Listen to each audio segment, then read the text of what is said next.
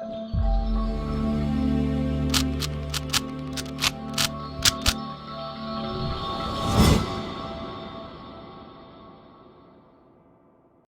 Guys, I hope you like my videos. If you like my videos please like share and subscribe our channel. आज हम लोग class 12 chapter 9 differential equation के example 4, 5, 6, 7, 8 आपके साथ discuss करने जा रहे हैं. जैसे कि हमारी एग्जाम्पल सीरीज भी चल रही है साथ साथ, तो हम कोशिश कर रहे हैं डियर कि आप एग्जाम्पल के बेस पर एक्सरसाइज को ट्राई करें तो आपके लिए आसान हो जाएगा.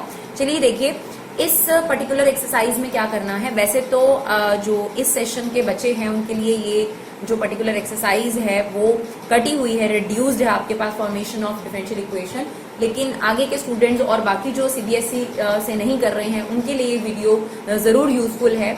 और इस एक्सरसाइज में बेसिकली करना क्या है डियर, आपके पास फंक्शन दे रखे हैं और कैसे डिफरेंशियल इक्वेशन फॉर्म होती है उसको दिखाया गया इस एक्सरसाइज के अंदर कि डिफरेंशियल इक्वेशन होती क्या है. तो कुछ नहीं होता डिफरेंशियल इक्वेशन, जो आप फंक्शन का डेरिवेटिव ले लेते हैं वही तो डिफरेंशियल इक्वेशन होती है. तो यहाँ पर आपको इस एक्सरसाइज के अंदर और ऑब्वियसली ये जो एग्जांपल्स हैं 4 to 8 इसमें आपको ये सिखाया गया है कि किस तरीके से डिफरेंशियल इक्वेशन को फॉर्म करते हैं. तो जो लोग अपनी नॉलेज के लिए देखना चाहते हैं वो जरूर देख सकते हैं. सिर्फ एग्जांपल्स हैं आपके पास, आपकी मर्जी है. बाकी अगर आप एक्सरसाइज नहीं करना चाहते हैं वो आपकी विश है. लेकिन अगर आप साइड बाय साइड कंसेप्ट को एक लॉजिकली वे में करना चाहते हैं, जैसे कि पहली एक्सरसाइज है उसमें ऑर्डर और डिग्री बताया गया, यानी डिफरेंशियल इक्वेशन ऑलरेडी बनी हुई थी. सेकंड एक्सरसाइज में ये समझाया गया कि डिफरेंशियल इक्वेशन बनती कैसे है. थर्ड एक्सरसाइज में आपके पास डिफरेंशियल इक्वेशन भी दे रखी है, फंक्शन भी दे रखा है. ये सेटिस्फाई करना है कि वाकई में ये डिफरेंशियल इक्वेशन उस फंक्शन की है. और उसके ऑनवर्ड जितनी भी एक्सरसाइज हैं उसमें आपको डिफरेंशियल इक्वेशन सॉल्व करना सिखाया गया. तो पूरा चैप्टर एक स्टेप बाय स्टेप कहानी के तहत चल रहा है. अगर आप ये सीखना चाहते हैं तो आपकी विश है, आप जरूर सीखिए इसे. तो चलिए देखिए, form the differential equation, represent the family of curve y equal to mx where m is constant. तो डिफरेंशियल इक्वेशन फॉर्मेशन में जो आपने इंपॉर्टेंट बात ध्यान रखनी है वो ये ध्यान रखनी है कि कितनी बार डेरिवेटिव लिया जाए. ये किस पे डिपेंड करता है? ये डिपेंड करता है डियर कि उसमें आर्बिट्री कांस्टेंट कितने हैं. अब ये आर्बिट्री कांस्टेंट क्या होते हैं? जैसे 5 जो है वो एक पर्टिकुलर कांस्टेंट है, 50 जो है वो एक पर्टिकुलर कांस्टेंट है, लेकिन m लिख दिया, n लिख दिया या a लिख दिया, b लिख दिया, हमें नहीं पता कि उनकी एग्जैक्ट वैल्यू क्या है. इन्हें बोलते हैं आर्बिट्री कांस्टेंट, यानी उन कांस्टेंट की कोई भी वैल्यू हो सकती है, हमें नहीं पता. ठीक है जी. चलिए अब हमारे पास यहाँ पर फंक्शन दे रखा है y इक्वल टू mx. साफ साफ क्लियर है कि m यहाँ पर कांस्टेंट है क्योंकि dy बाय dx निकालना है. तो y और x को छोड़कर बाकी सब कांस्टेंट है. एक बार डेरिवेटिव लेना है. और क्या काम करना होता है डिफरेंशियल इक्वेशन में? जो भी आपके पास डिफरेंशियल इक्वेशन होगी उसमें वो आर्बिट्री कांस्टेंट नहीं दिखना चाहिए. सबसे पहली बात, डेरिवेटिव उतनी बार लेना है जितनी बार आपके पास आर्बिट्री कांस्टेंट है. दूसरी बात, जो आपके पास डिफरेंशियल इक्वेशन है यानी डेरिवेटिव लेने के बाद जो इक्वेशन है उसमें वो कांस्टेंट नहीं नजर आना चाहिए. तो चलिए सबसे पहले डेरिवेटिव ले लेते हैं dy by dx. Now m as it is, x का डेरिवेटिव 1. ये हमारे पास डिफरेंशियल इक्वेशन है लेकिन इसमें तो m नजर आ रहा है.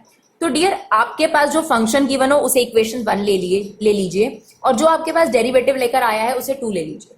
किसी भी तरीके से इन दोनों का इस्तेमाल कर कर यहां से आपने m हटाना है. तो आप एक काम कर सकते हैं, यहां से m की वैल्यू निकाल लीजिए, that is y by x. वो आप यहां पर क्या कर सकते हैं? सब्स्टिट्यूट कर सकते हैं. तो dy by dx equal to y by x. तो ये आपके पास डिफरेंशियल इक्वेशन है जिसके अंदर आपके पास आर्बिट्री कांस्टेंट नहीं नजर आ रहा और आप डेरिवेटिव भी ले चुके हैं 1 ऑर्डर तक. और देखते हैं example number 5. Form differential equation of the curve. यहाँ पर a और b आपके पास आर्बिट्री कांस्टेंट है. 2 कांस्टेंट है इसलिए डेरिवेटिव सेकेंड ऑर्डर तक जाएगा, यानी 2 बार डेरिवेटिव लेना है. तो आपके पास फंक्शन है y equal to a sine x plus b. चलिए डेरिवेटिव ले लेते हैं dy बाय dx. a तो कांस्टेंट है, साइन का derivative cos x plus b और x की जगह पर x प्लस बी आया तो इसका डेरिवेटिव दोबारा जो कि 1 आ गया. ठीक है, ये आपके पास डेरिवेटिव लेने से बाद पहले की इक्वेशन है, ये फर्स्ट डेरिवेटिव लेने के बाद है. इसी का दोबारा डेरिवेटिव ले लीजिए dear. a as it is, cos का derivative minus sine x plus B और x प्लस बी का दोबारा डेरिवेटिव लेंगे तो 1. बट जो भी आपके पास फाइनल डिफरेंशियल इक्वेशन आनी चाहिए उसमें a और b नहीं चलने चाहिए. तो आप इन तीनों इक्वेशंस का इस्तेमाल करो डेरिवेटिव लेने से पहले, फर्स्ट डेरिवेटिव के बाद और सेकंड डेरिवेटिव, और ये a और b एलिमिनेट करो. तो थोड़ा सा अगर आप ध्यान देंगे डियर, तो ये पूरा एक्सप्रेशन y के इक्वल है। तो हम इस पूरी चीज को क्या लिख सकते हैं, y लिख सकते हैं, यानी second derivative equal to minus y. Now second derivative plus y equal to 0। This is your required differential equation, क्योंकि इसमें कहीं पर भी a और b नहीं चल रहा और आप डेरिवेटिव भी ले चुके हैं। डेरिवेटिव लेने के बाद जो इक्वेशन आपके पास आती है उसे ही हम लोग डिफरेंशियल इक्वेशन का नाम देते हैं, राइट। चलिए, form the differential equation of family of ellipse having foci on x axis. दो एलिप्स आप लोगों ने पढ़े हैं। अगर आप हमारी वीडियो से पढ़ते हैं तो हमने एलिप्स की इक्वेशन में कोई फर्क नहीं करा है। X square upon a square plus y square upon b square equal to 1। बस हाँ, जो एक्स एक्सिस वाला एलिप्स होता है उसमें ए स्क्वायर की वैल्यू बड़ी होती है बी स्क्वायर से, ये कंडीशन मेंशन करनी जरूरी है। और जो वाई एक्सिस वाला एलिप्स होता है उसमें बी स्क्वायर बड़ा होता है ए स्क्वायर से, बस यही डिफरेंस होता है, राइट। तो आपके पास ये एलिप्स के बारे में बात कर रहा है because foci on the x axis, तो ये हॉरिजॉन्टल वाला आपके पास एलिप्स बनेगा। और अगर ये बोलता फोकाई ऑन वाई एक्सिस तो वर्टिकल वाला आपके पास एलिप्स बनता। सेंटर एट ओरिजिन, सेंटर तो खैर दोनों ही एलिप्स का ओरिजिन पर होता है। तो आपके पास इक्वेशन है x square plus a square y square upon b square equal to 1। अब आपको इसकी डिफरेंशियल इक्वेशन फॉर्म करनी है, तो आपको साफ साफ नजर आ रहा है यहाँ दो कांस्टेंट है, इसलिए आपको सेकंड ऑर्डर डेरिवेटिव यानी 2 बार डेरिवेटिव लेना पड़ेगा और लेने के बाद उसमें से ए और बी एलिमिनेट हो जाने चाहिए। तो चलिए डेरिवेटिव ले लेते हैं। 1 upon a square as it is, x square का derivative 2x। 1 upon b square as it is, y square का डेरिवेटिव 2y, y का दोबारा लेंगे dy बाई डी एक्स। 1 का डेरिवेटिव क्या हो जाएगा डियर, 0। इन दोनों एक्सप्रेशन में से 2 कॉमन लेके वहां काट दीजिए, ये आपके पास आ गया x upon a square y upon b square dy by d x equal to 0। अब यहां से dy बाई डी एक्स की वैल्यू निकालनी है, तो ये चीज वहां जाके राइट साइड पर चली जाएगी, y upon b square dy by d x. तो ये प्लस है, वहां जाकर माइनस हो जाएगा। और यहां पर इन दोनों के बीच में क्या साइन है, इनटू का, तो ये वहां जाके डिवाइड हो जाएगा, या आप कह सकते हैं रेसिप्रोकल हो जाएगा। तो ये आपके पास क्या आ गया, minus b square upon a square x by Y. अब आपको क्या करना है डियर, ये आपके डेरिवेटिव लेने से पहले की सिचुएशन है, ये डेरिवेटिव लेने के बाद अभी एक और बार डेरिवेटिव लेना है क्योंकि 2 आर्बिट्री कांस्टेंट थे। तो इसका दोबारा डेरिवेटिव ले लीजिए, minus b square upon a square को साइड कर दीजिए। यहां पर लगेगा आपके पास क्वोशिएंट रूल क्योंकि 2 वेरिएबल डिवाइड में है। एक्स का derivative 1 y as it is minus y का derivative d y by d x x as it is upon में सेकेंड का होल स्क्वायर। ये आपके पास सेकेंड डेरिवेटिव आ गया। अब हमें क्या करना होता है डियर, सेकेंड डेरिवेटिव में कहीं पर भी ये minus b square upon a square नहीं चलना चाहिए। तो ठीक है, यहां से आप देखिए, यहां से सेकेंड इक्वेशन से minus b square upon a square की वैल्यू निकाल लीजिए, क्या निकलेगी, ये एक्स बाय वाई को यहां ले आइए।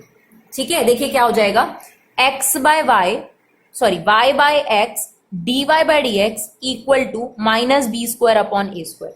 ये वाली वैल्यू आप यहां सब्स्टिट्यूट कर दीजिए, उसके बाद आपकी कोई दिक्कत वाली बात नहीं रहेगी, राइट।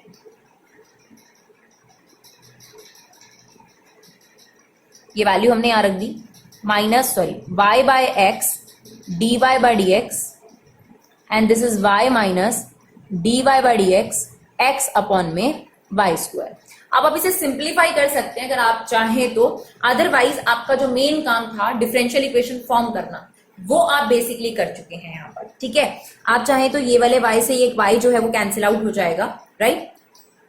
और अब आप क्या कर सकते हैं, डिनोमिनेटर में जो ये एक्स वाई है इसे आप यहां मल्टीप्लाई कर सकते हैं, तो ये हो गया एक्स वाई सेकेंड डेरिवेटिव, और जो ये d y by d x है इसे इस एक्सप्रेशन से इंटू कर दीजिए, तो ये हो गया y d y by d x, this is x, d y by d x को d y by d x से करेंगे तो क्या आ जाएगा, d y by d x का होल स्क्वायर।